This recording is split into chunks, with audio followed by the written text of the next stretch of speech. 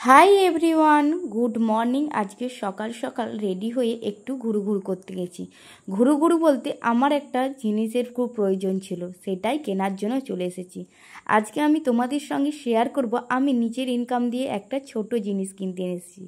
কোথায় এসেছি সেটা একটু পরেই বলছি। হ্যাঁ, দেখতেই পাচ্ছ আমি একটা জুয়েলারি দোকানে এসেছি, লেখাই আছে কমলা জুয়েলার্স। এখানে আমি একটা ছোট আমার সাধ্য মতো একটা জুয়েলারি কিনতে এসেছি।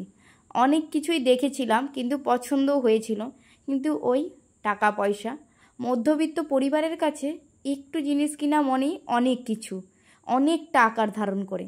প্রথমেই অনেক কিছু দেখেছিলাম, পছন্দ হয়েছিল। পাশে একজোড়া সোনার রিং দেখছিল, ওই রিংগুলো আমার খুব একজোড়া পছন্দ হয়েছিল, তাই তোমাদের সঙ্গেও শেয়ার করলাম। কোনো একদিন পয়সা হলে ওই রিং আমি অবশ্যই কিনবো। আর আমি কিনতে গিয়েছিলাম একটা সোনা রূপোর পায়ের নূপুর, যেটা পায়েল অনেকেই বলে। কেমন হয়েছে ডিজাইনটা অবশ্যই জানিও।